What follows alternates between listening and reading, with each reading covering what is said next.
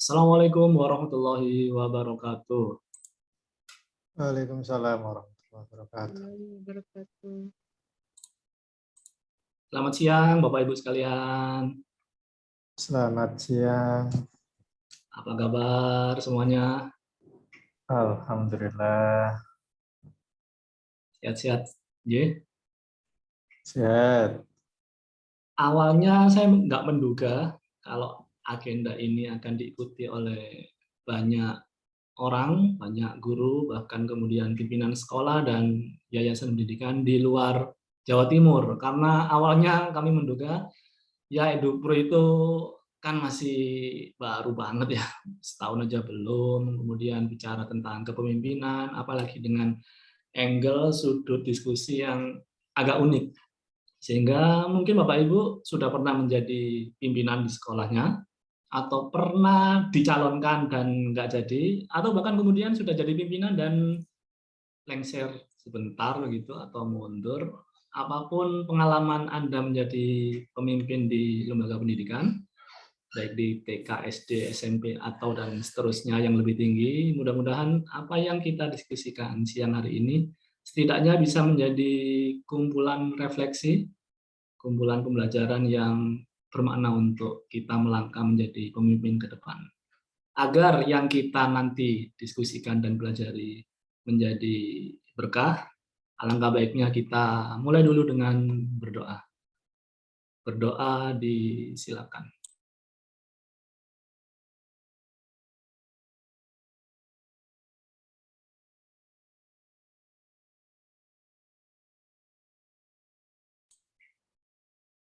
Amin. Mudah-mudahan apapun harapan baik kita dalam mengikuti sesi siang hari ini dimudahkan dan diberikan kelancaran.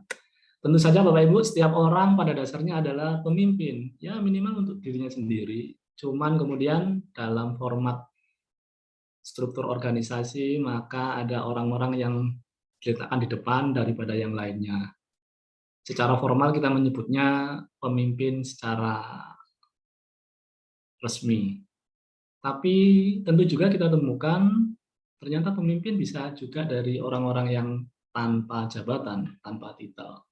Siang hari ini kita tidak sedang membahas keduanya, tapi lebih tepatnya bagaimana kira-kira siapapun kita yang mungkin sedang menjadi pemimpin, atau pernah menjadi pemimpin, atau bahkan diproyeksikan menjadi pemimpin di jenjang-jenjang berikutnya, kita punya bekal yang lebih utuh gitu ya. Siang hari ini bersama Bang Rizky dan kami dari EduPro, mudah-mudahan apa yang kita harapkan bisa terwujud.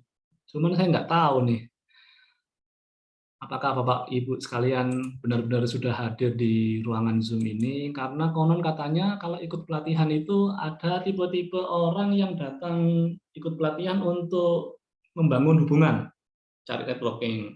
Ada kemudian yang betul-betul untuk belajar. Ada yang kemudian sambil rekreasi gitu. Jadi sambil datang di Zoom, dengarkan sambil mungkin masak atau berperjalanan. Ya minimal waktunya itu tidak betul-betul sia-sia gitulah. Minimal dapat sesuatu. Nah, agar yang Bapak Ibu nantinya dapatkan bisa lebih bermakna, mungkin bisa kita minta Bapak Ibu untuk kemana dulu nih Mas Majid? Foto dulu ya Mas Rio. Oke, kita foto dulu Bapak Ibu ya. Biasanya foto-foto di penutupan, sekarang kita lakukan di pembukaan. Boleh deh? Ya, biar dibuka ini kameranya. Oke, siap. Jika Bapak Ibu berkenan, silakan buka videonya. Harapan kita sih di sepanjang diskusi ini kita bisa tetap open video. Kalau kurang memungkinkan karena mungkin alasan jaringan dan ada sesuatu yang kurang kondusif di sekitar kita, nah disilakan saja nanti tutup video. Gitu ya. Ada berapa layar ini? Ada 2. Kita buka layar pertama dulu.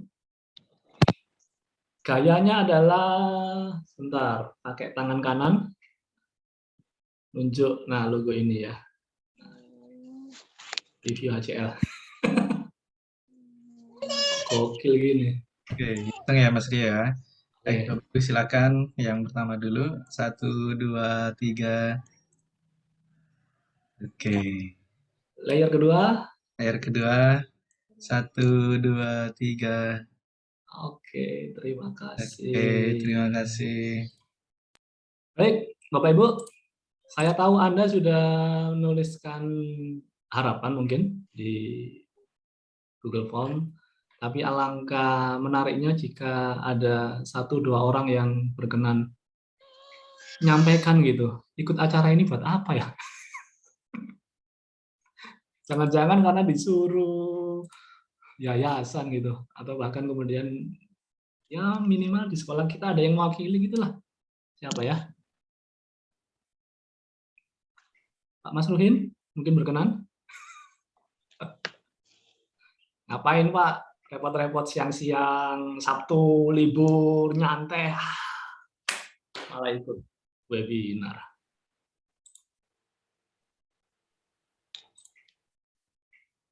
Boleh Pak?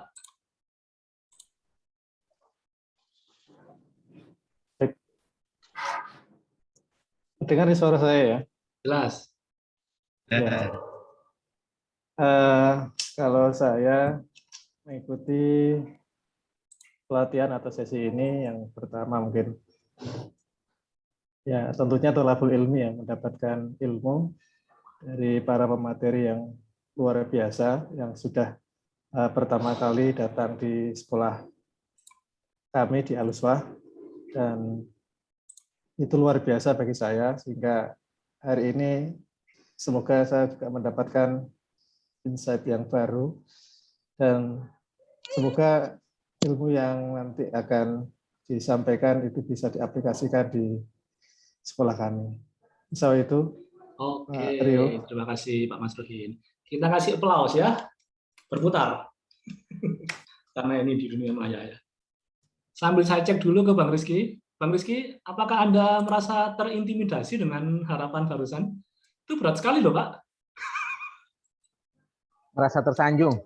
Malah tersanjung ya. Emang biasa gitu. Tapi ya jadi apa jenisnya? Ya, kalau pemain bola itu kan kalau diunggulkan itu tambah kacrek Mas. Oh gitu ya. Ya, underdog itu lebih enak malah. Oh iya iya. Baiklah. Tulus ya. Ya, mudah-mudahan Anda santai saja. Berikutnya saya akan tunjuk satu ibu-ibu. Kayaknya Bu Siti Husnul Khotimah cocok nih mewakili ibu-ibu. Dari Madiun lagi kan? Ya, dari Madiun. Monggo Bu. Assalamualaikum warahmatullahi wabarakatuh. Waalaikumsalam. Alhamdulillah saya bisa ikut pelatihan ini. Insya Allah nanti harapan saya adalah pertama adalah mencari ilmu, karena thalabul ilmi itu wajib, apalagi ini saya kosong, jam siangnya kosong, nggak ada jam, sehingga ketimbang waktunya nanti hilang, tidak bermanfaat, maka saya manfaatkan untuk belajar. Yang berikutnya adalah saya ingin nanti pada saat saya mengikuti ini, nanti penguasaan kelas saya pada saat saya di kelas nanti bisa lebih bagus. Sehingga harapannya nanti dengan murid-murid terjadi keharmonisan dalam belajar mengajar. Demikian. Assalamualaikum warahmatullahi wabarakatuh. Waalaikumsalam warahmatullahi wabarakatuh. Matur nuwun Bu Siti Husnul Khotimah dari Madiun atas harapannya.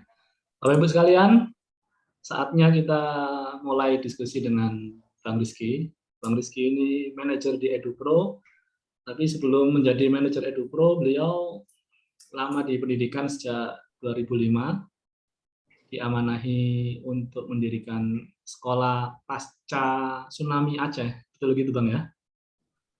Kemudian berpindah ke satu sekolah ke yang lainnya untuk mendirikan sekolah, hingga kemudian beberapa tahun terakhir menjadi direktur di Sekolah Sahabat Alam Palangkaraya. Sambil nanti beliau menyampaikan apa itu HCL, mungkin saya mulai dulu. Kenapa Bang Rizky mempedulikan kepemimpinan gitu?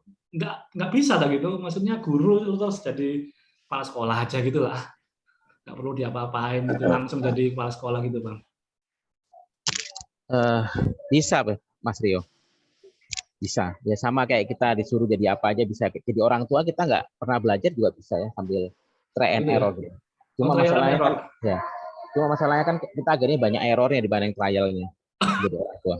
Begitu juga di persekolahan banyak leader yang nggak disiapkan. Jadi kalau saya bilang itu leader by accident, ya. Karena nggak ada orang lain lagi dia jadi leader. Kemudian kayaknya yayasan lihat, kayaknya orang ini cocok nih, bagus nih, jadikan leader. Ya. Nah, kita leader by accident. Ini sekarang posisi saya di Jayapura, Pak Mas. Beberapa Oke. hari yang lalu di Timika ya. Itu kondisinya sama. Saya tanya ke para leader di sekolah, rata-rata mereka nggak pernah disiapkan untuk jadi leader. Kemudian saya tanya ketika saya di sekolah saya sendiri pun, kemarin ketika Mas Ferry, Direktur Inalid datang ke sekolah saya, membantu desain sprint, kemudian dia ada pertanyaan gini, seberapa serius Pak Rizky menyiapkan leadernya? Terus saya langsung tersentak gitu ya, karena selama ini memang saya fokus membuat pelatihan buat guru-guru, tapi tidak menyiapkan untuk mereka jadi leader. Jadi leader by accident, ya karena kamu sudah lama di sekolah ini jadi leader, karena kamu bagus kayaknya jadi leader, karena kamu bisa ngomong guru-guru jadi leader. Tapi kan nggak bisa kayak gitu ya. Dan kayaknya kemudian awalnya dari kegelisahan saya sih Mas Rio. Jadi saya kemudian tanya-tanya juga ke beberapa sekolah, kemudian saya coba posting di media sosial. Jawaban mereka rata-rata gitu, bahwa tidak pernah disiapkan untuk jadi leader. Nah ini kan ya beruntung kok karena sekolah ini sebuah kebutuhan masyarakat, artinya dengan leader apapun ya tetap aja jalan gitu. Bayangkan kalau yang kita jual itu sesuatu yang tidak common ya, ini akan jadi masalah besar. Begitu Mas ya. Tapi kan dipilih itu pasti ada alasan ya kan? Maksudnya nggak mungkin lah underdog kemudian underperform kemudian nggak bisa diharapkan terus dipilih jadi pimpinan gitu. Emang nggak otomatis gitu kan? Orang yang mampu menjadi staff terus tiba-tiba jadi pimpinan gitu kan? Ya sama kayak misalkan kita ngelihat ada orang pinter berantem Mas Rio, pinter karate gitu. Kemudian kita jadikan satpam, apakah cukup? Ternyata enggak. Kenapa? Karena ada protokol-protokol bagaimana menjadi satpam, bagaimana dia melayani tamu, bagaimana kemudian kan ada istilah satpam BCA itu kan luar biasa ya. Jadi pasti bisa berantem. Saya pernah staf saya di Dompet Duafa Kalimantan Tengah itu Pak Anton Setiaji pernah kehilangan ATM, beberapa ATM-nya karena dompetnya hilang di beberapa bank. Kemudian ini akhirnya saya nyebut merek ya, nggak masalah ya. Tapi nggak nyebut merek yang jelek. Dia beberapa bank, satu bank itu dia ngantri, kemudian dia harus ke security ngambil antrian, dari ambil antrian kemudian dia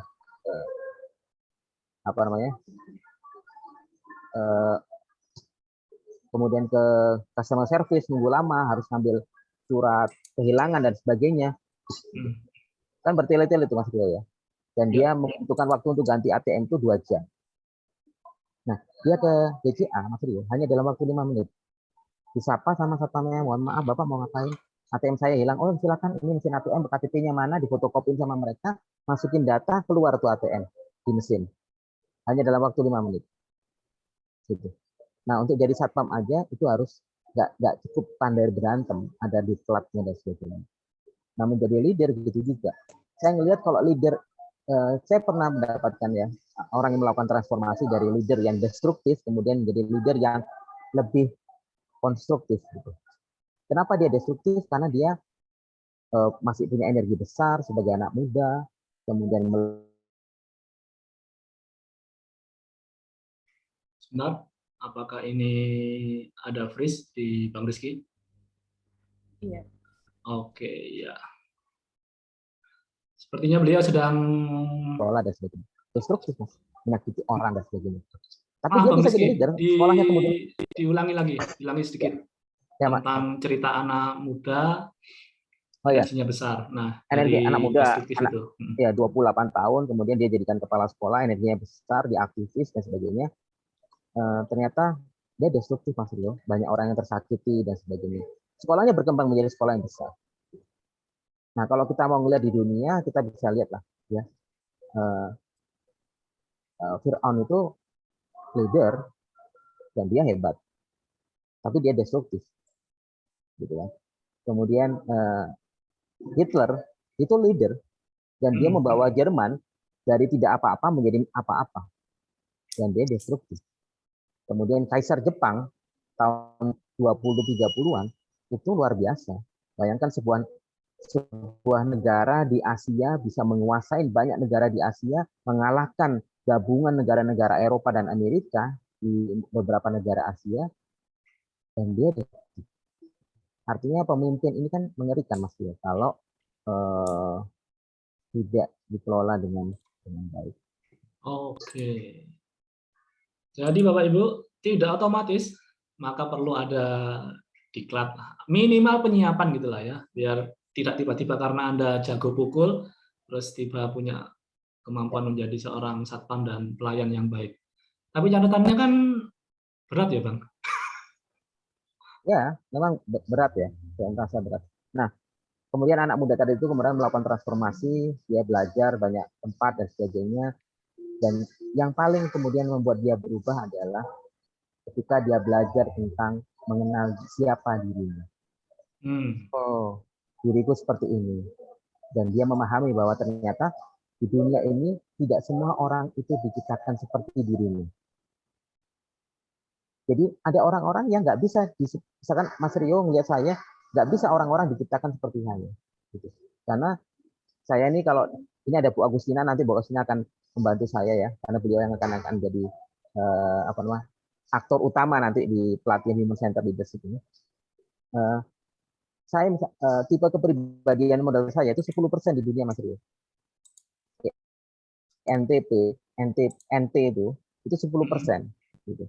Dan 10% kemudian pemberontak, banyak musuh. Gitu. Orang lihat, kamu kok banyak musuhnya? Tapi saya banyak teman. Tapi orang-orang NT seperti saya, itu orang-orang yang, jangan dikupas, ambil ngezoom.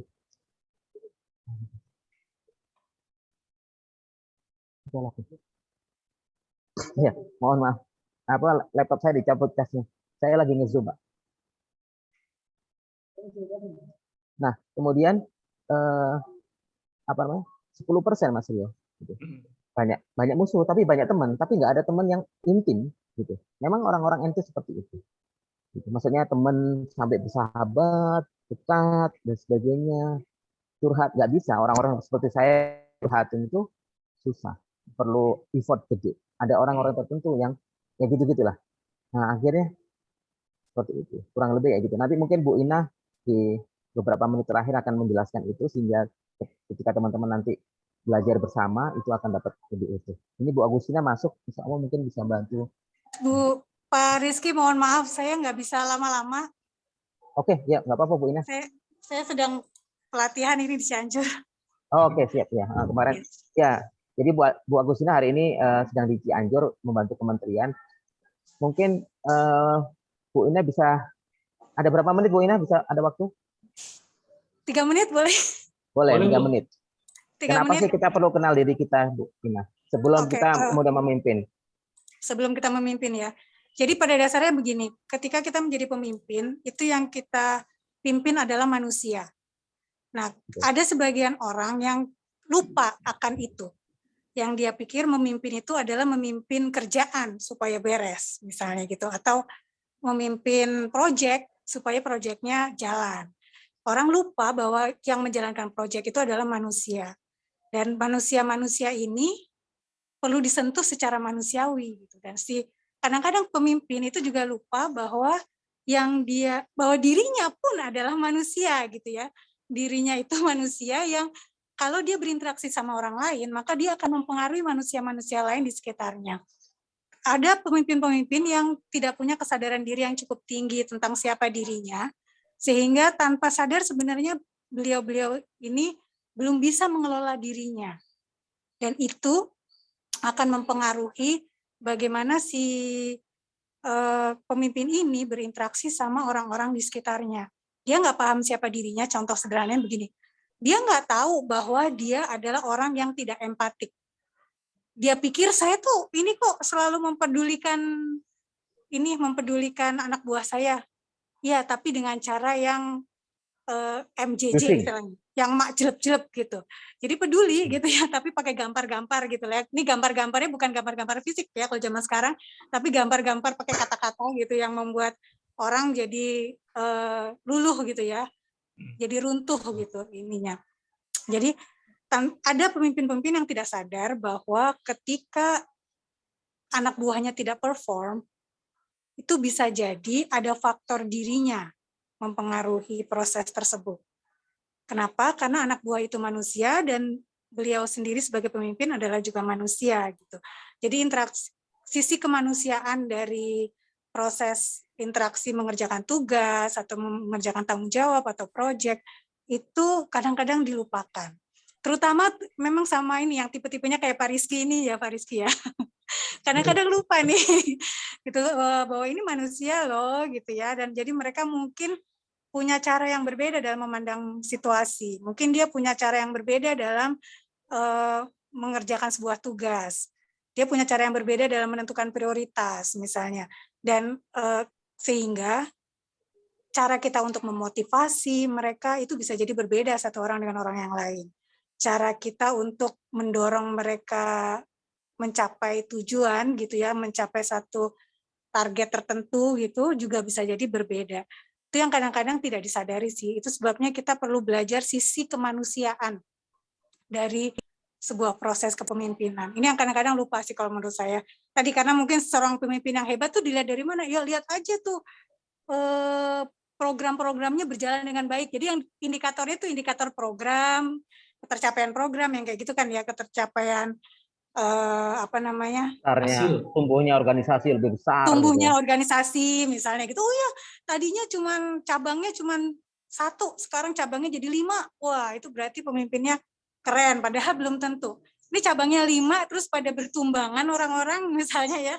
Terus ada yang burn out gitu. Saya sendiri ketemu dengan guru-guru yang burn out gitu, yang stres luar biasa, sehingga akhirnya nggak bisa perform. Walaupun sekolahnya punya cabang sampai 5, tapi kalau guru-gurunya burn out, itu artinya kita tidak cukup melayani sisi kesehatan mentalnya. Pakai bahasa istilah baru nih, burnout itu apa Bu Ina? Oh, burnout itu stres yang luar biasa, gitulah. Stres yang luar biasa yang sampai membuat kita jadi tidak bisa berfungsi secara optimal dalam kewalahan gitu ya, tersengal-sengal, ya, kewalahan, terseret-seret, ya gitulah. Benar-benar udah itu habis lebih, resource-nya. Ya, lebih habis energi ya Bu Ina di burnout itu dibandingkan ketika kita cacat fisik, ada kerusakan fisik gitu loh. Betul. Habis energinya. Betul. Itu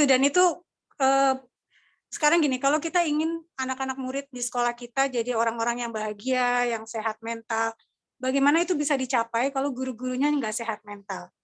Guru-gurunya masih pada burnout, masih pada stres luar biasa. Itu nggak akan terjadi murid-murid yang bahagia di situ. Dan kita semua udah belajar ya, saya yakin bahwa orang itu akan bisa berkembang optimal kalau dia punya level kebahagiaan yang cukup memadai. Kalau dia terlalu tidak bahagia, itu akan sulit juga untuk dia berkembang optimal. Gitu. Jadi mungkin yang ingin dipromosikan antara lain adalah untuk mengajak kita semua lebih seimbang ya. Jadilah manusia yang balance, yang holistik gitu dari semua aspeknya, bukan aspek kognitif dan psikomotor saja gitu, tapi juga aspek sosial dan emosional. Itu adalah aspek yang kadang-kadang dilupakan, tapi itu adalah salah satu faktor yang paling menentukan situasinya seperti apa nanti dalam interaksinya sehari-hari. Begitu, Bapak dan Ibu, mudah-mudahan cukup tergambar ya. Ini saya agak ngawang-ngawang jadinya nih. Gimana? Ya, nggak apa-apa Bu Ina, makasih banyak. Nanti saya akan jelaskan ke teman-teman bagaimana proses itu. Karena selama ini kita gini Bu Ina, sebagai leader diminta oleh owner sekolah atau yayasan, kamu kan leader, kamu harus gini, kamu harus mimpin ini dan sebagainya. Nah, tapi owner dan yayasan ini tidak paham bahwa kita ini juga manusia sebagai leader. Tadi saya barusan ditanya teman-teman di Papua, ada guru yang bilang, tapi kan kita harus happy Pak sebagai guru. Berarti pemimpin kita harus happy, harus bantu kita dong. Ya saya bilang betul. Tapi masalahnya adalah banyak pemimpin, termasuk di sekolah teman-teman ini, yang tidak disiapkan dirinya untuk menjadi manusia dalam tanda kutip ya. Iya. Gitu. Tiba-tiba jadi leader. Kemudian dia burn out sebagai leader gitu. Burn out sebagai leader gitu. Ini kan juga bahaya ya. Betul. Jadi Leader kalau yang guru burn mau out gurunya akan menghasilkan tim yang burn out. Ya, betul. Kalau betul. gurunya Gimana, Bu mau Ina? happy, kalau gurunya mau happy, leadernya juga perlu happy. Gitu ya. Nah, masalahnya kadang-kadang kalau leadernya nggak happy, itu akan mempengaruhi interaksi dengan para guru-guru yang di bawahnya si leader ini. Gitu sih, benar banget Pak Rizky. Pak Rizky, mohon maaf, saya kelihatannya perlu kembali lagi. Mohon maaf ya. Ya, nggak apa-apa Bu Ina. Bapak dan Terima Ibu, kasih sampai banyak. ketemu hari Senin ya, insya Allah ya. Insya Allah Bu Ina, terima kasih banyak. Waalaikumsalam warahmatullahi wabarakatuh. Luar biasa ya. Bu Ina dengan penjelasannya sudah menampakkan bahwa ya kapasitasnya ngono lah Bang ya, kalibernya. Dia ngomong sesuatu yang esensial secara ringkas berdasarkan pengalaman panjang. Tapi yang menarik, sebenarnya 2 tahun terakhir ini kan semua aspek ya, semua sektor mengalami gitu, tidak hanya di bisnis. Sekolah bahkan mengalami ujian yang awalnya tidak diduga, sejak dulu perubahan itu ditunggu-tunggu, tapi gara-gara pandemi dan digitalisasi, wah tiba-tiba pindah ke online. Muncullah istilah learning loss misalkan gitu. Tantangan menjadi kebahagiaan, kebermaknaan gitu ya. Kita mengalami proses belajar yang sejati bermakna itu hilang. Nah, ini tiba-tiba kita masuk ke fase kepemimpinan. Semakin bertumpuk-tumpuk itu, Bang. Nggak tambah desperate gitu ya, guru-guru dan kepala sekolah ini. Apakah HCL menjadikan ini sebagai sebuah empati atau sekedar dilewati saja, Bang Rizky? Gimana, Bang? Ulang lagi Mas Rio, apanya Mas Rio? 2 tahun ini kan berat ya situasinya ya. Oh ya, betul. Proses belajar biasa saja berat, apalagi dengan digitalisasi dan pandemi. Nah, kok kemudian kita buru-buru membahasnya dari level atas gitu loh, dari level kepemimpinan. Ini gak malah bikin orang tambah putus asa nih. Ya. Ya, banyak yang mengatakan Mas Rio, pakar-pakar manajemen dan sebagainya, bahwa mengatakan bahwa perubahan itu dimulai dari leader. Ya. Bertumbuhnya organisasi dari leader.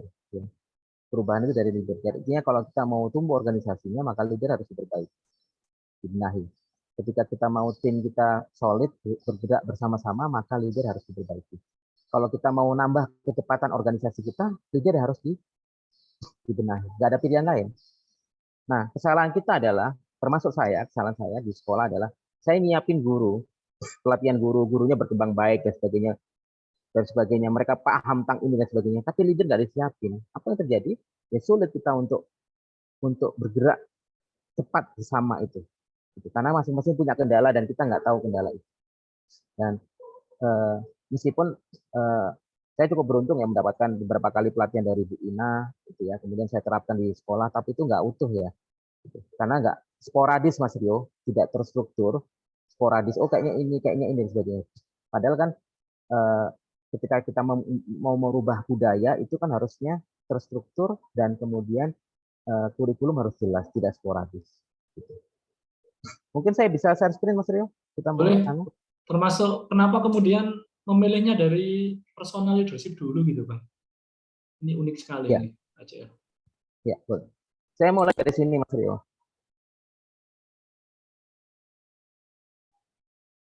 Halo? Putus ya? Nggak, lanjut. Oke, saya mulai dari sini. Oke. Ini orang Korea nih. Oh ya, ini BTS. Dia bilang gini, if you want to love others, you should love yourself first. Ini menarik kan? Jadi kalau kamu mau mencintai seseorang, maka cintai dirimu dulu. Gitu. Artinya seorang leader, kalau ingin mencintai timnya, maka dia harus mencintai dirinya dulu. Bagaimana dia bisa mencintai dirinya ketika dia tahu siapa dirinya? Gitu.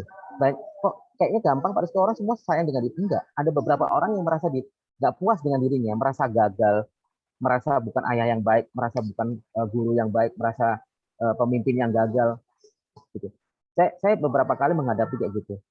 Saya nggak bisa, saya gagal ini dan sebagainya. Gitu. Padahal dia mampu. Kenapa? Karena memang kadang-kadang ketika kita nggak paham diri kita, jadi gini, Misalkan saya punya kemampuan segini Mas Rio, saya nggak tahu bahwa kemampuan saya segini, kemudian saya buat ekspektasi terhadap diri saya segini, akhirnya kan gagal Mas Rio. Saya merasa diri gagal saya terus. Saya gagal. Akhirnya saya nggak akan mencintai diri saya. Saya merasa diri saya sampah lah. Dan itu toxic person ini kan bahaya, gitu ya. Bukan hanya buat orang lain, tapi bahaya juga buat diri. Oke, saya mulai lagi Mas Rio dari sini.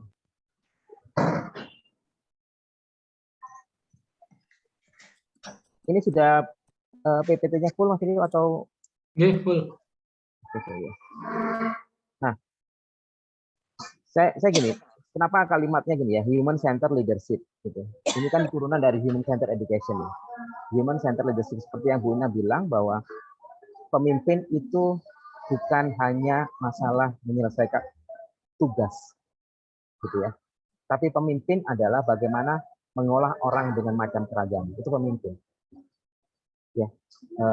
Jadi bukan berapa besar organisasinya bertumbuh, berapa besar kapitalnya bertumbuh. Itu penting, tugas itu, tas itu. Tapi yang jauh lebih penting adalah apakah orang-orang di dalamnya tidak mengalami burnout. Ya. Saya pernah diskusi ya dengan seorang mahasiswa yang menyatakan bahwa teman-temannya satu angkatan itu pada menggunakan obat stres, obat antidepresi. Kan ngeri. Ya. Kampusnya kampus terbaik salah satu kampus terbaik di Indonesia. Tapi buat apa kemudian menghasilkan mahasiswa-mahasiswa yang kemudian burnout? Ini kan beresiko. Nah, jadi pemimpin itu bukan sekedar mengirimkan tugas dan membesarkan organisasi. Pemimpin adalah bagaimana mengolah orang dengan macam keragaman. Kemudian, nah ini human oriented ya. Task oriented memang diperlukan Mas Dio. Tapi akan jauh lebih penting adalah bagaimana organisasi juga human oriented. Dan ini adalah yang utama sebetulnya, human oriented.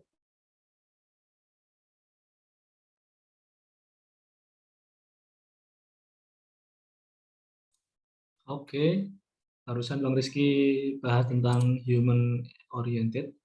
Bagaimana kita bisa lebih dekat membangun hubungan dan interaksi sesama manusia dalam kualitas yang sebaik mungkin. Bapak Ibu sekalian, sambil Bang Rizky kembali ke Zoom kita, saya boleh izin.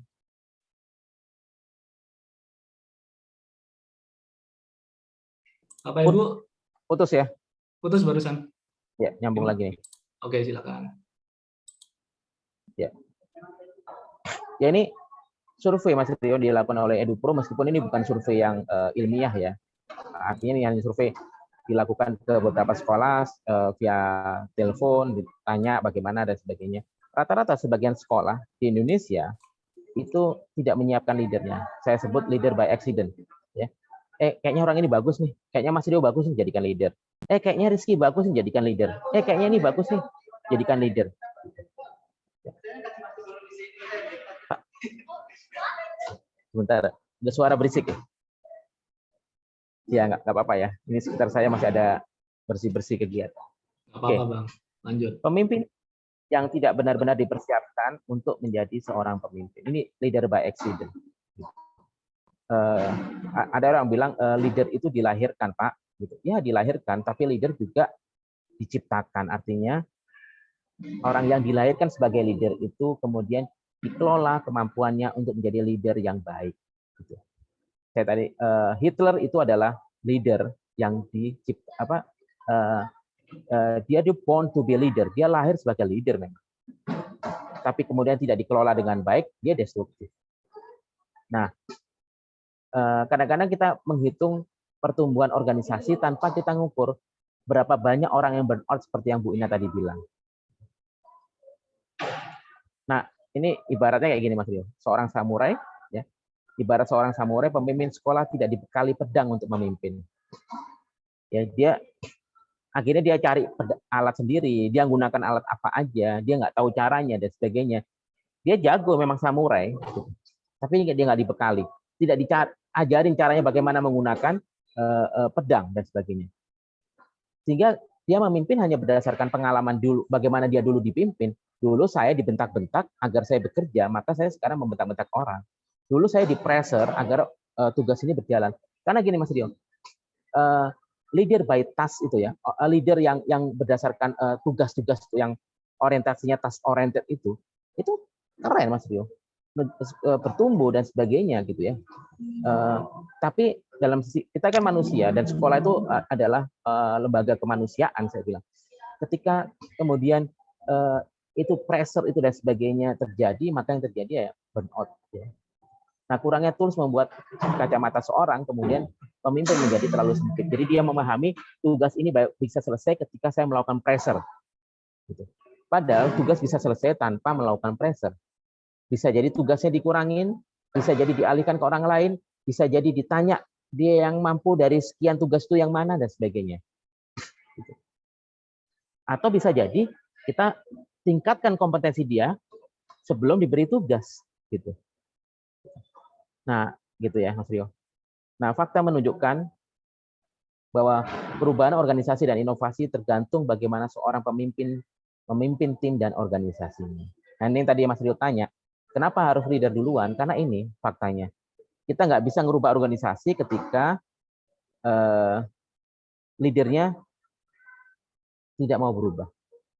Dan itu kesulitan kita, bukan Mas Rio, ketika kita masuk ke sekolah-sekolah, guru-gurunya sudah pengen, kami merasa kok nggak manusiawi apa yang kami kerjakan, Pak Rizky, bahwa orientasi kami hanya kurikulum, orientasi kami hanya tugas, dan sebagainya. Kami merasa bersalah. Gitu.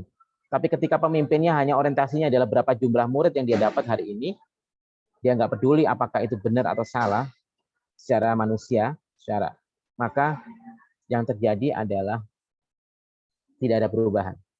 Kenapa? Yang ingin berubah anak buah, leadernya nggak mau berubah. Nah kita lihat, misalkan Jerman ya, Jerman habis kalah perang. Jerman kalah perang, Hitler ganti, kemudian diganti pemimpin yang lebih moderat dan sebagainya, berubah itu semua tatanan negeri Jerman. Padahal kita tahu bagaimana fasisnya Jerman. Ya. Itu kan berubah, pemimpin berubah, maka yang di bawah juga mengalami perubahan. Nah, kapasitas organisasi, Mas Rio, tidak akan melebihi dari kapasitas kolektif pemimpin di dalam organisasi. Dan itu saya rasakan di sekolah saya. Ya. Artinya, ya karena kesalahan saya sebagai founder sekolah, ya, founder sekolah dan direktur yang tidak menyiapkan ini. Gitu. Saya bilang, waduh, ini kalau saya tiba-tiba 1 tahun lagi mati, dicabut nyawa saya oleh Tuhan, oleh Allah SWT, maka ini saya sudah melakukan kesalahan besar dalam hidup saya, karena saya tidak menyiapkan orang-orang yang akan menggantikan saya nanti mampu menjadi leader yang baik. Ya. Loh, tapi Pak Rizky dulu juga jadi leader by accident, dan ya, saya kan tidak mau mengulangi apa yang saya rasakan dulu. Ya.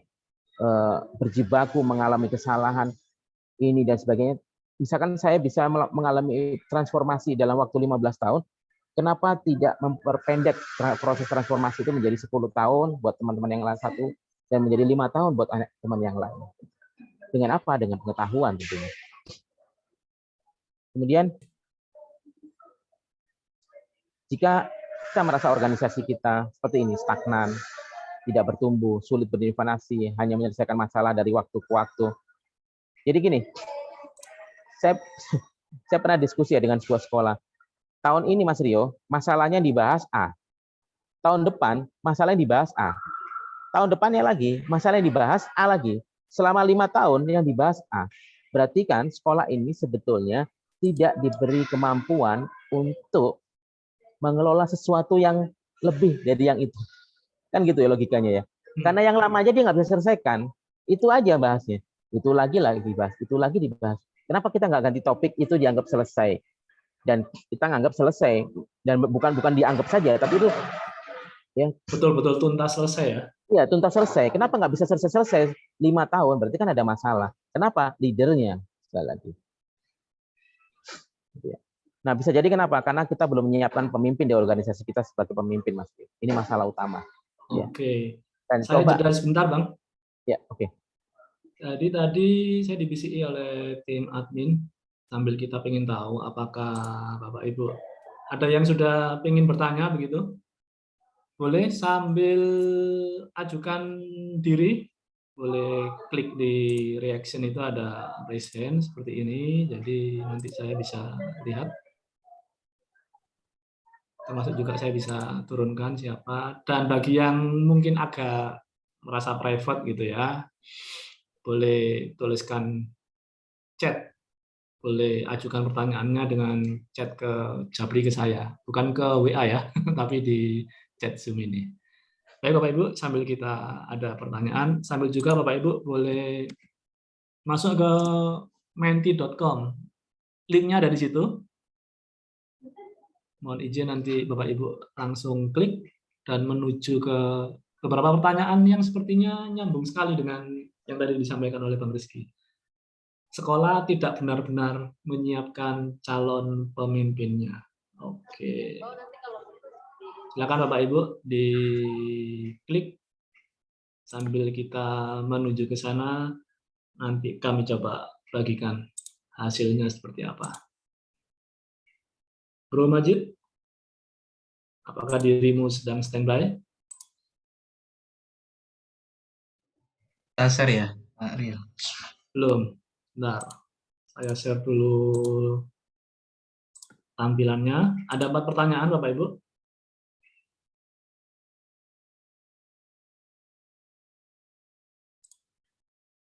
Pertanyaannya gampang saja, tinggal pilih angka 1 itu paling kecil, sementara 10 nilai optimalnya. Jadi kalau Anda merasa sudah sangat mengenali diri sendiri dan indikator yang lainnya, kasih di angka 10. Kalau belum, ya berarti di bawah itu. Hingga kemudian sampai kepada 4 pertanyaan. Termasuk pertanyaan terakhir itu Bang ya. Wes siap tak tadi pemimpin gitu. Ternyata ditanyakan. Oke, saya stop share dulu. Kalau nanti hasilnya sudah mulai muncul, boleh share screen, Bro Majid. Disilakan mungkin.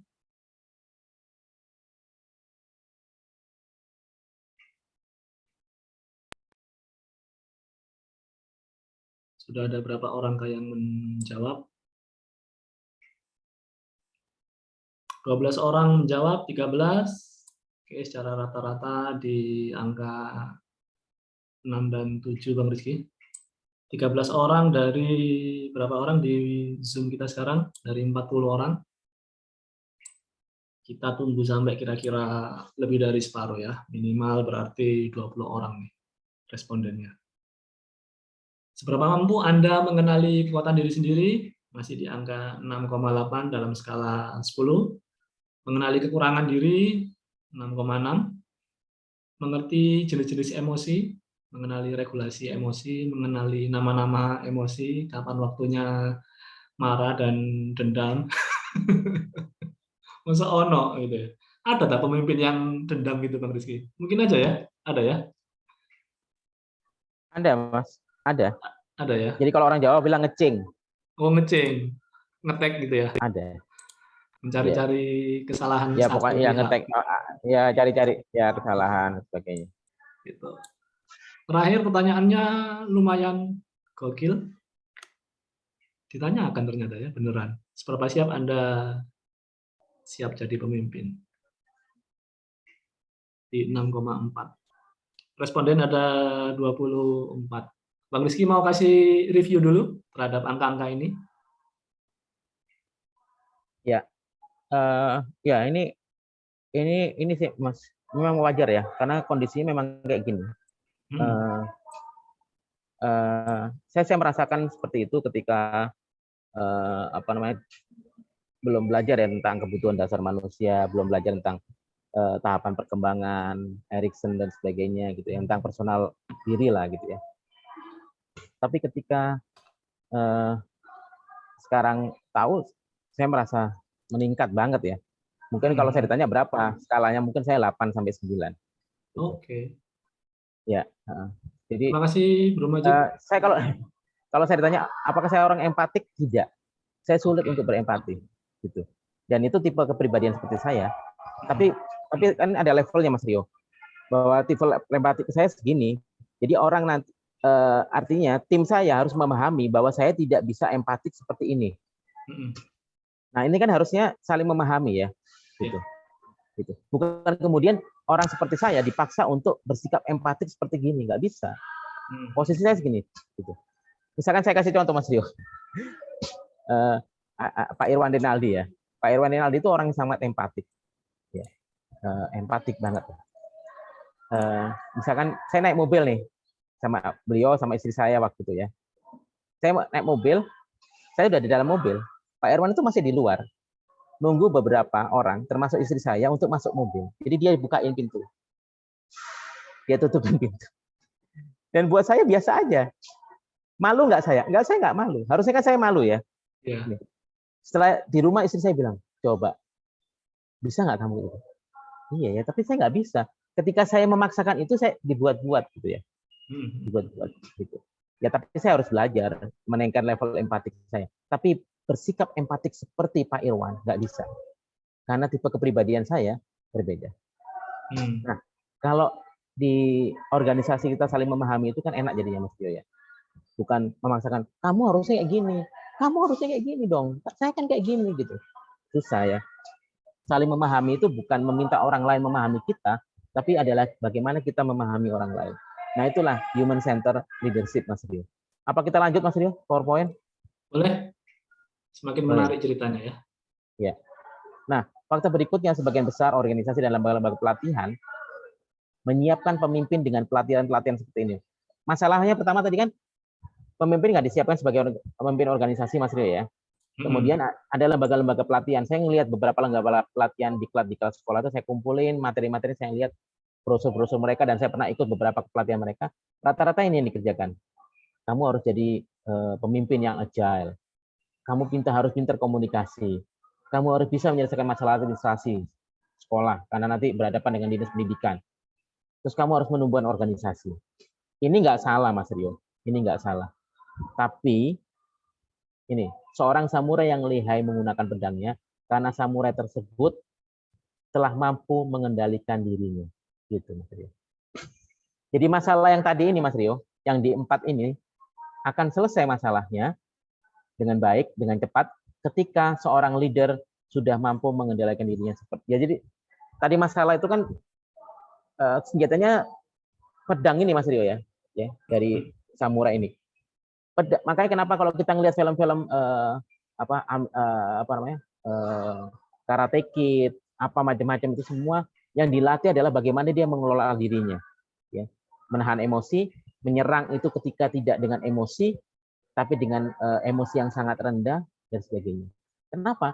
Karena ketika orang bisa mengontrol, meregulasi emosinya dengan baik, maka orang tersebut akan memenangkan pertandingan. Ya. Ada orang marah-marah, Mas. Kita ngelihat lah di pemimpin ya di Indonesia misalnya. Ada pemimpin yang suka nunjuk-nunjuk, marah-marah. Apa kamu ketawa? Apa kamu ketawa misalkan kayak gitu. Jangan tertawa gitu. Ya misalkan gitu. Atau seorang pemimpin yang tenang di marah-marahin sama haters di media sosial, dia bilang terima kasih. Dia sudah memenangkan 1-2 pertandingan dengan cara seperti itu. Karena pemimpin harusnya seperti itu dan itu saya baru paham ini beberapa tahun terakhir dan saya menyesal nggak ya kalau bilang menyesal ya menyesal baru tahu sekarang ya sehingga perubahan pada diri saya terlambat gitu ya. Tapi ya itulah proses pada diri saya mungkin jalurnya seperti itu. Nah kemudian seorang samurai itu sulit mengendalikan diri dan emosinya akan menggunakan pedang dengan cara yang tidak efektif dan tidak efisien. Jadi pedang ini misalkan bisa memotong 2 bambu sekaligus, dia hanya bisa memotong 1 bambu. Nggak efektif yang dikerjakan. Gitu. Nah, samurai itu dilatih dulu bagaimana mengontrol dirinya, bagaimana mengolah fisiknya, bagaimana mengolah emosinya, baru kemudian dikasih bekal senjata. Nah, tadi saya bilang di sini di Jayapura nih Mas Rio, leader itu dikasih senjata berupa SOP, kemudian aturan-aturan kepegawaian, tapi nggak diajarin bagaimana mengontrol diri, menyampaikan SOP itu. Tidak diajarin mengontrol diri, mengolah fisiknya, mengolah emosinya. Apa yang terjadi? Ketika ada sesuatu tidak dengan SOP, marah-marah. Dan itu yang terjadi pada anak muda yang jadi pemimpin, itu yang saya cerita Mas Rio. Marah dan sebagainya, dia tegur, dia tunjuk orang dan sebagainya, ribut. Itu yang terjadi. Kenapa? Karena dia tidak diajarin bagaimana mengontrol emosinya, tapi sudah dikasih senjata. Seorang samurai itu Mas Rio yang belum mampu mengolah emosinya akan menjadi samurai yang destruktif, bukan hanya buat orang lain, tapi juga destruktif buat dirinya. Ya, bisa jadi pedang itu patah kemudian melukai dirinya, bisa jadi cara memegangnya salah dan melukai dirinya. Nah, ini Mas Rio yang menarik dari human centered leadership yang kita buat di EduPro. Apa? Ada seorang filosof Chinese mengatakan gini, mastering others is strength, mastering self is true power. Mengelola orang lain itu kekuatan, tapi mengelola diri sendiri adalah kekuatan yang sejati. Nah, inilah yang kita mau kerjakan, Mas Rio. Kita pengen teman-teman leader ini mampu mastering dirinya, mampu mengolah dirinya. Apa yang EduPro yakini, seorang leader itu siap. Menurut kami ini, EduPro yakin seorang pemimpin siap ketika dia mampu mengenal dirinya, mampu mengetahui potensi dan kelemahan dirinya, paham apa yang menjadi kecenderungannya, dan refleksi apa yang didapat dalam usia pengasuhannya. Jadi ini yang tadi saya bilang di awal ya, natur dan nurtur. Natur itu artinya given, pemberian dari Tuhan. Nurtur artinya adalah bagaimana dia diasuh oleh keluarganya dan lingkungannya. Nah ini, maka di awal seorang harus perlu tahu tuh bahwa dirinya sekarang dipengaruhi oleh dua hal itu, natur and nurtur. Nah kami yakin Mas Rio, ketika seorang pemimpin tahu siapa dirinya, maka dia akan menjadi lebih mudah mengolah dirinya sebelum mengolah orang lain. Nah, ini mungkin journey ya Mas Rio ya. Ketika kita mau membuat organisasi kita bergerak cepat ya, tidak bumping, tidak burn out, maka yang pertama kita lakukan adalah misinya adalah lead self. Bagaimana seorang pemimpin meleading dirinya. Dia tahu kekuatannya, dia tahu emosinya, dia tahu orientasinya, dia tahu confident-nya dan sebagainya. Kemudian bicara tentang bagaimana dia menyampaikan pesan itu kepada orang lain. Baru menyampaikan pesan ini Mas Rio, belum meleading orang lain. Baru kemudian meleading orang lain dan bagaimana kemudian dia mengelola organisasi. Nah kita seringnya Mas Rio, kalau saya lihat adalah berbicara pada tahap keempat, nose to organization. Tiba-tiba kita ingin menjadi katalis, kita ingin pemimpin kolaboratif, kita ingin pemimpin yang bisa bekerja lintas organisasi dan sebagainya, bergerak cepat. Tapi kita nggak paham bahwa mereka pemimpin juga manusia yang punya hambatan dalam dirinya. Nah itu sih Mas Rio. Memang hari ini kita nggak panjang ya Mas Rio ya, kita diskusi pendek saja. Kalau teman-teman tertarik ya, kita akan dampingin teman-teman lebih panjang.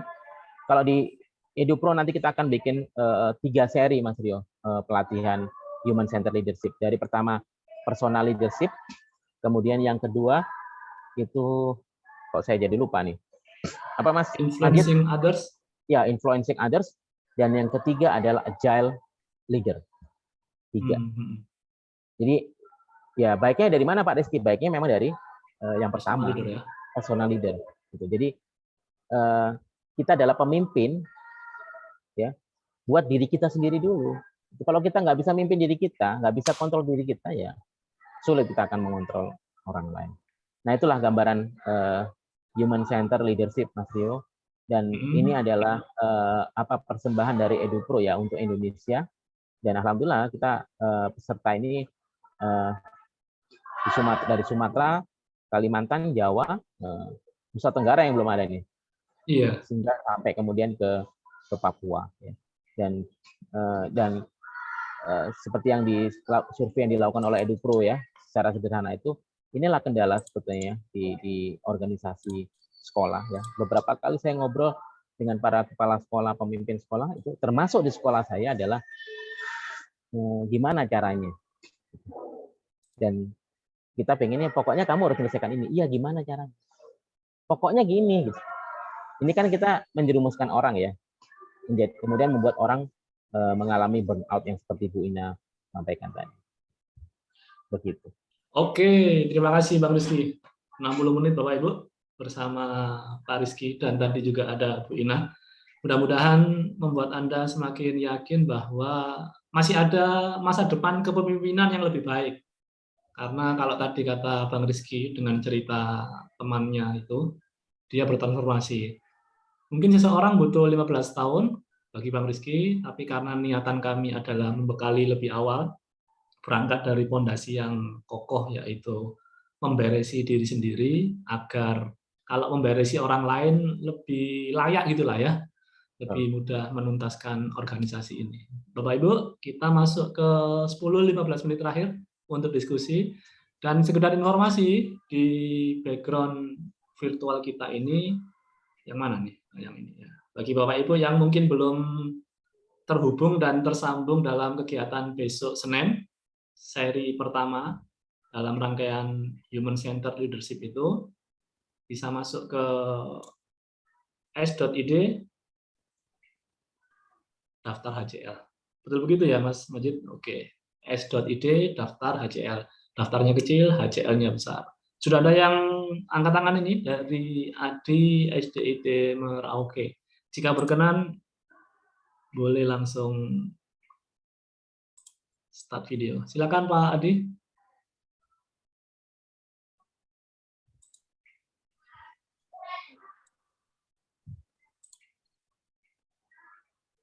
Ya. Halo Pak Adi.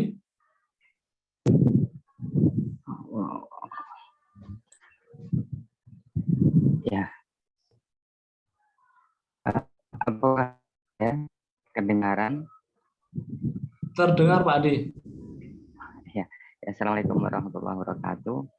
Waalaikumsalam warahmatullahi wabarakatuh. Sinyalnya agak sedikit kurang baik nih.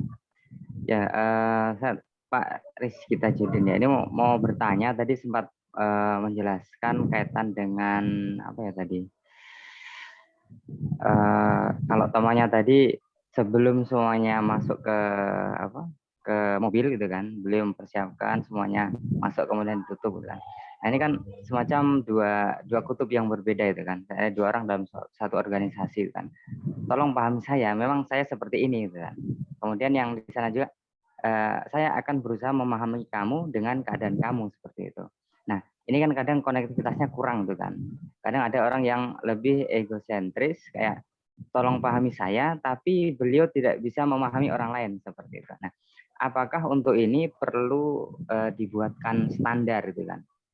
Ya, contohnya ini mungkin kaitannya dengan cara berkomunikasi ya, cara berkomunikasi. Contohnya seorang guru ketika berkomunikasi dengan orang tua murid gitu kan. Nah, gaya komunikasi dia dasarnya adalah mungkin ya cuek gitu kan.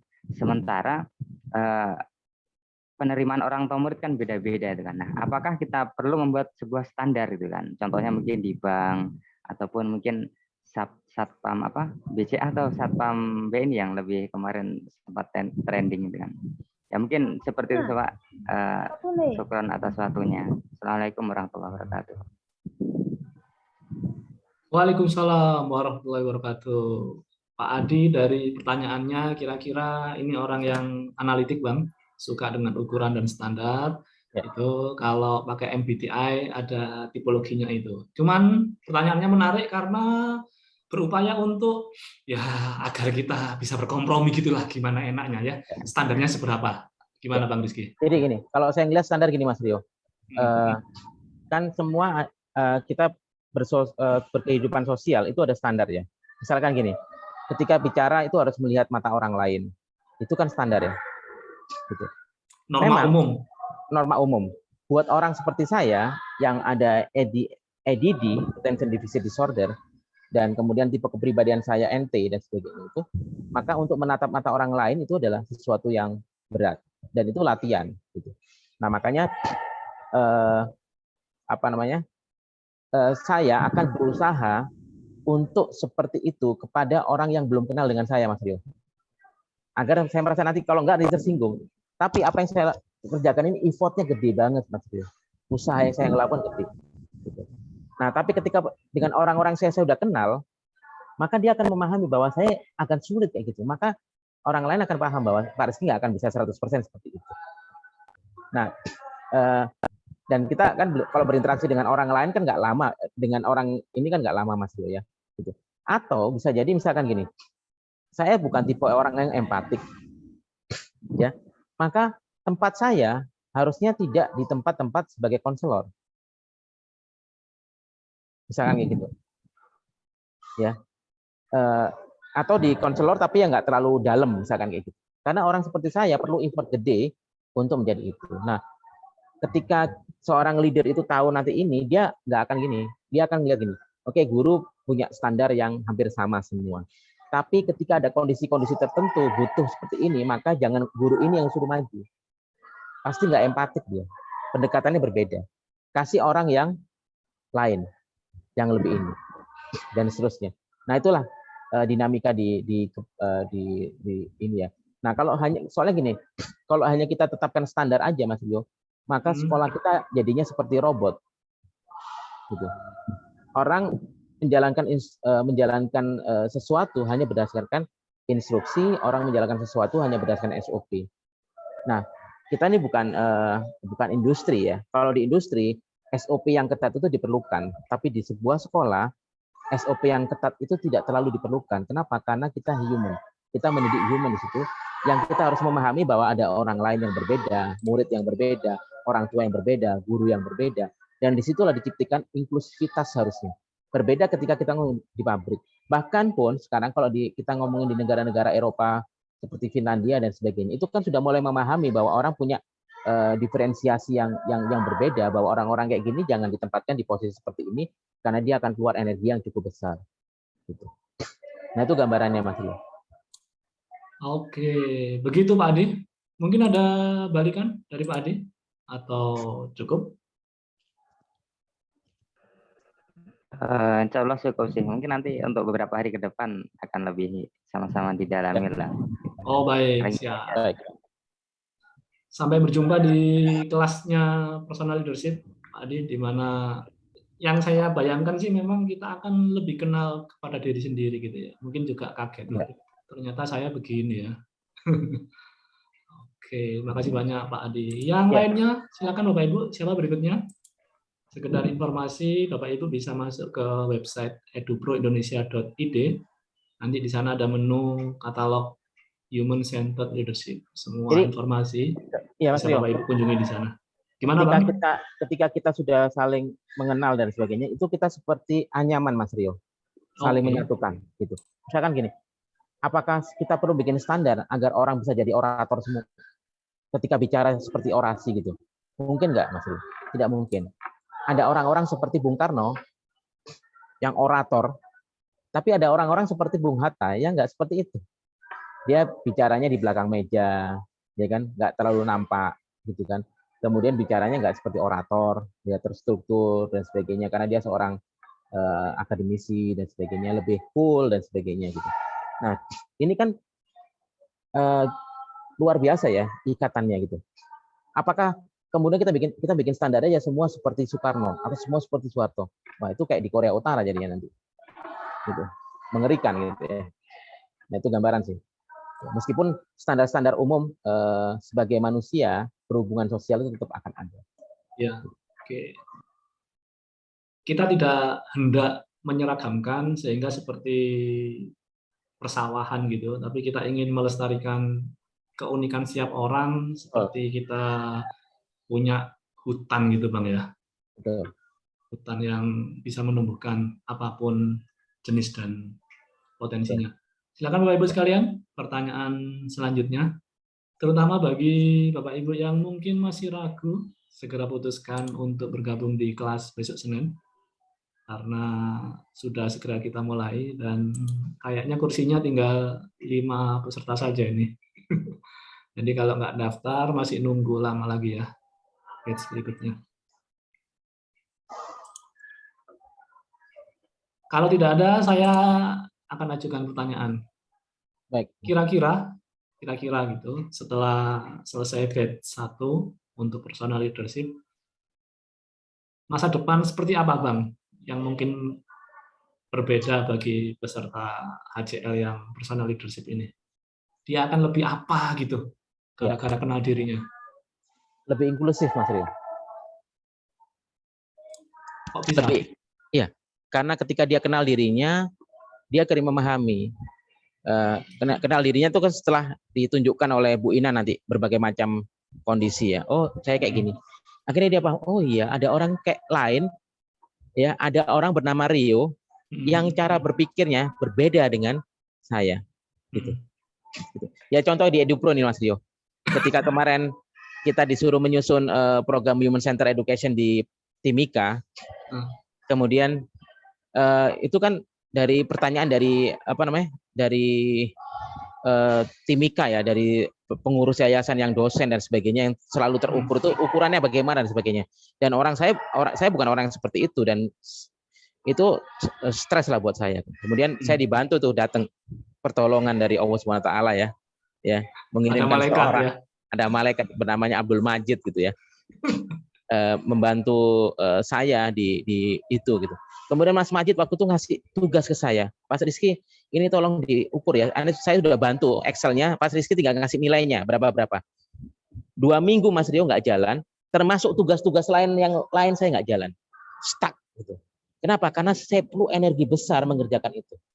Setelah itu selesai, baru kemudian tugas-tugas lain lancar. Yang 2 minggu tertunda itu bisa 2 jam saya kerjakan. Ada yang 2 minggu tertunda 1 hari bisa saya selesaikan, ya. Tapi 2 minggu ketika saya nggak itu luar biasa effort saya. Kenapa? Karena memang energi saya habis untuk sesuatu yang saya punya kesulitan di situ.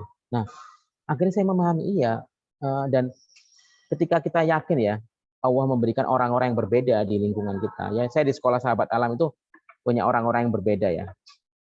Saya punya Pak Dudut ya, yang pernah sampai gini Mas Rio.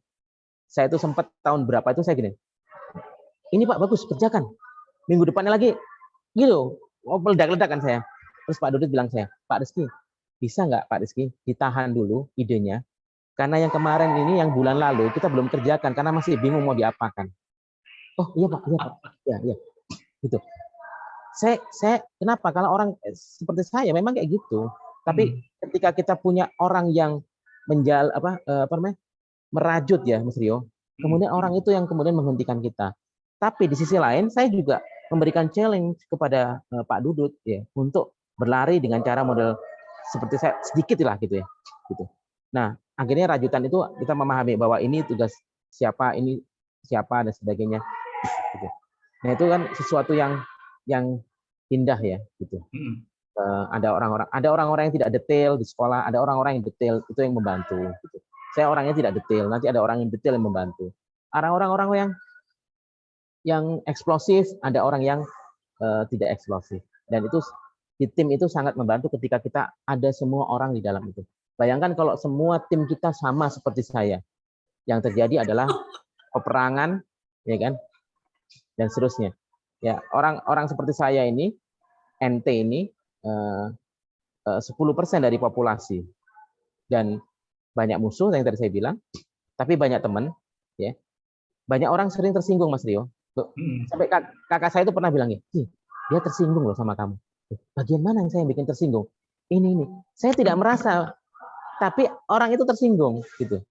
Nah, kakak saya itu orang yang lebih empatik dibanding saya. Dia lebih ngerti. Yang tadi Bu Ina, saya merasa loh, saya nggak ada apa-apa loh, saya nggak merasa menyinggung dia, tapi gaya saya itu dianggap menyinggung. Nah itu kan kalau kita punya tim yang macam-macam, itu rajutan yang luar biasa Mas Rio, dan membuat organisasi kita bisa ngegas lah dengan 120 km per jam, tapi tetap aman. Aman dan selamat ya. Aman dan selamat. Jadi Bapak Ibu, kalau organisasi itu seperti kendaraan, ada kemudinya, ada juga gasnya dan ada remnya. Tapi jangan lupa, bahkan meskipun mobil atau kendaraan itu sudah automobile, pakai robot sekalipun, tetap ada manusia di dalamnya ya. Ada sisi-sisi manusiawi yang perlu kita bangun. Dan HCL berangkat dari prinsip itu, bahwa kita memulai dari manusia, kita memuliakan manusia, dan mudah-mudahan organisasi yang berisikan manusia itu bisa sama-sama bergerak menuju Mas Rio, tujuan-tujuan ada yang angkat berikutnya. tangan satu orang terakhir mungkin Ada Mas Rio. Satu Mas orang. Ruhin, Ya. silakan Pak. Terima kasih Mas Rio. Mungkin sedikit bertanya terkait dengan apa yang disampaikan oleh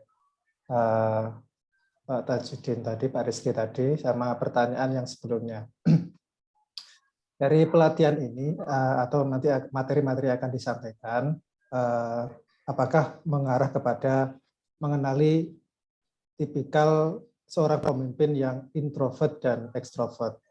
Kalau pemimpin yang ekstrovert itu mungkin apakah lebih cenderung yang bisa memanusiakan manusia atau memanusiakan dari yang dipimpin, dan yang introvert itu yang mungkin mengarahnya tidak bisa memanusiakan manusia, karena yang introvert itu biasanya akan kesulitan untuk menyampaikan pesan secara atau mengalami kendala dalam komunikasi, sehingga yang berjalan adalah SOP. Konon yang para pengusaha-pengusaha sukses itu pengusaha franchise itu rata-rata introvert, dan akhirnya perusahaan itu dikendalikan dengan SOP gitu ya.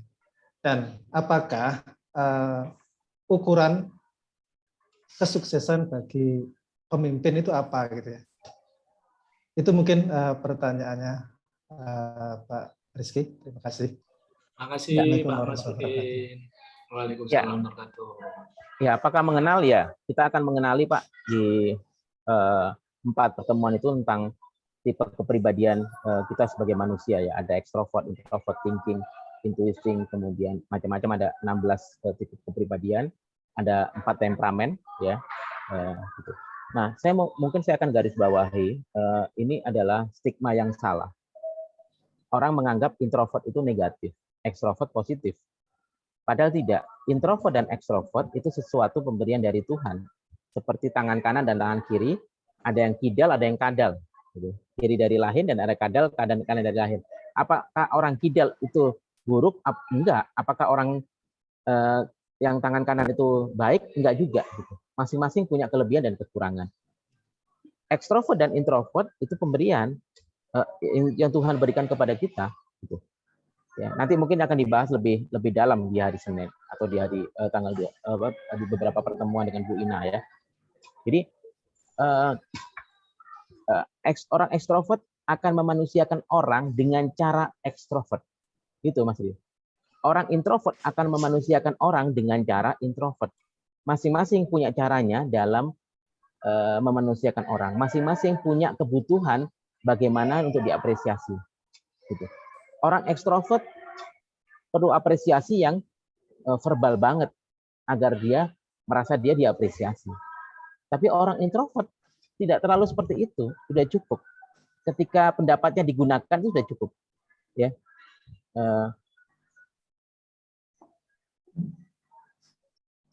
Begitu Mas Rio. Baik, terima kasih Bang Rizky. Saya setuju sekali gitu, karena bakat pemberian itu justru untuk memuliakan kita. Kalau kita sama semua, gitu ya. Saya ingin semua orang diperlakukan seperti Rio diperlakukan, unik sekali gitu nanti. Bahaya. Saya suka soto, maka semua orang sedunia suka soto. Kasihan yang lainnya gitu. Saya mau kasih garis bawah, tadi kan ada introvert tidak berani bicara ya, bukan. Tidak berani bicara itu bukan introvert. Tapi orang introvert bukan tidak berani bicara, dia akan bicara ketika itu penting untuk dirinya. Bisa dibayangkan Mas Rio ya? Kalau orang ekstrovert kayak saya, nggak penting buat saya akan ngomong. Kenapa? Karena saya butuh lampu sorot. Ya. Itu kebutuhan saya lampu sorot. Tapi buat orang introvert, dia nggak terlalu banyak, nggak perlu banyak bicara gitu untuk menunjukkan eksistensi dia. Itu kebutuhan dia. Gitu. Nah, kalau nggak berani bicara, mohon maaf Mas Rio, dimatikan dulu siapa tadi.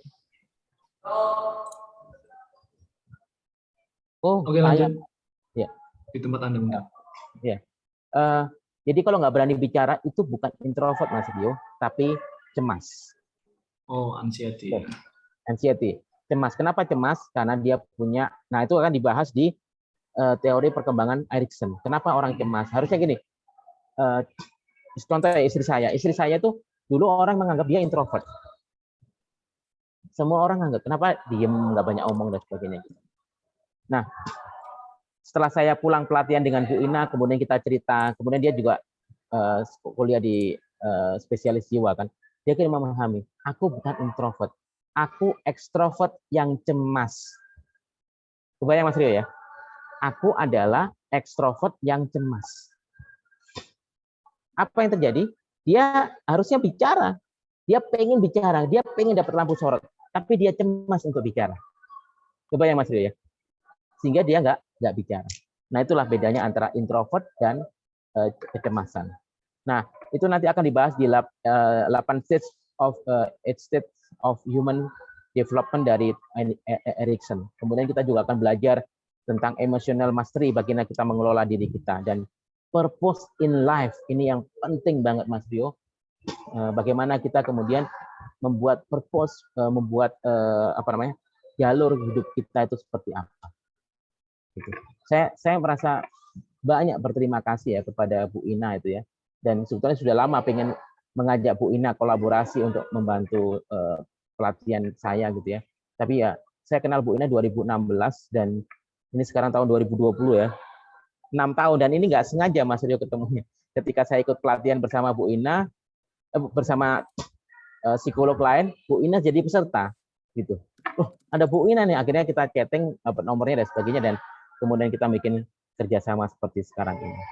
Dan saya rasa teman-teman tidak rugi lah belajar ini, worth it banget, dan biaya 600.000 itu, bayangkan ya, saya ikut pelatihan dengan Bu Ina ini, saya mondar-mandir Jakarta Surabaya Mas Rio selama 6 bulan. Setiap Jumat saya berangkat ke Jakarta, Sabtu sore saya pulang ke Surabaya. 6 bulan Mas Rio. Wow. Dan, ya, effortnya gede banget gitu. Dan kita sekarang dengan kemajuan teknologi, pandemik, ada Zoom, kita bisa menggunakan ini menjadi lebih sederhana dan lebih murah.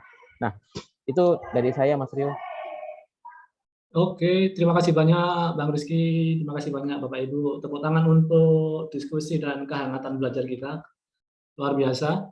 Terakhir, sebelum kami tutup, mohon izin kami bagikan satu link terakhir. Bapak Ibu mohon berkenan untuk mengisi bagaimana menurut Bapak Ibu proses belajar kita siang hari ini. Apa saja yang Anda dapatkan dan kira-kira bagaimana ke depannya ingin Anda terapkan.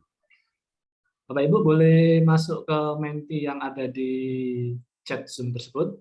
Silakan Bapak Ibu mengisi langsung apa saja yang Anda rasakan.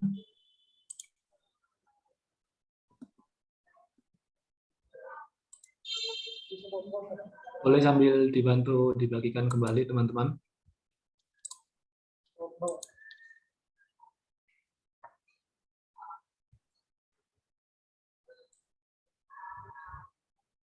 Bagaimana pengalaman Anda diskusi siang hari ini? Apa saja yang sekiranya Anda dapatkan? Mas Rio, Terima kasih. saya Majid. mau ke Papua nih gini. Tuh, jangan ketawa, serius ini. Hati-hati di jalan, Bang, ya. 1 jam dari sini, Papua Nugini. Naik mobil. Oke.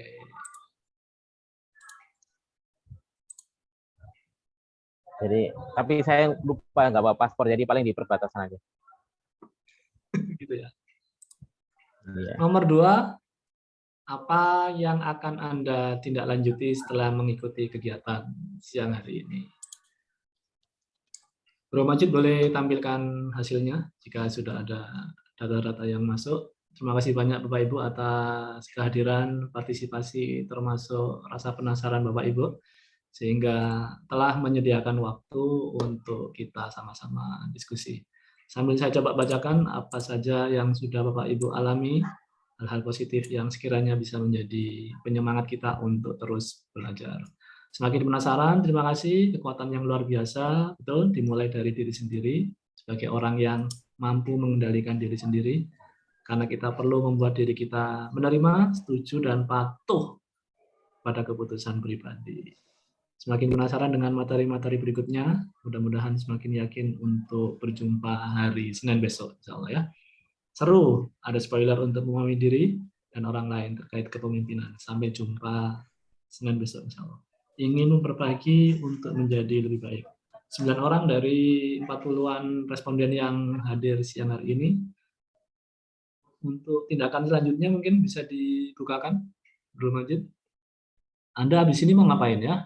Jadi belajar hal lain, melihat penugasan. Emang sudah ada tugas, Mas Majid? Sudah, karena Sudah ya? yang tadi ditanyakan Pak Mas Ruhin kita sudah share di grup peserta untuk sudah ada di grup mengisi peserta. dan tes MBTI. Oke. Di-upload ya nanti. Ya, oke. Ada MBTI ternyata ya. 1 dari 16 itu. Menyiapkan waktu dan diri, akan makin semangat mengikuti pelatihan. Akan mengikuti secara penuh sesi-sesi di Human Centered Leadership ini. Oke.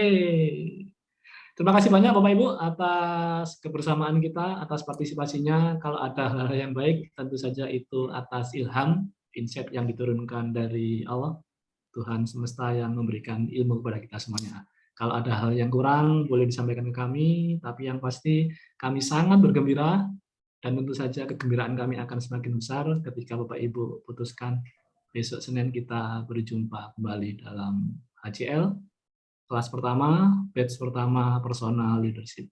Demikian dari saya, Rio Purboyo, manajer di Inarit.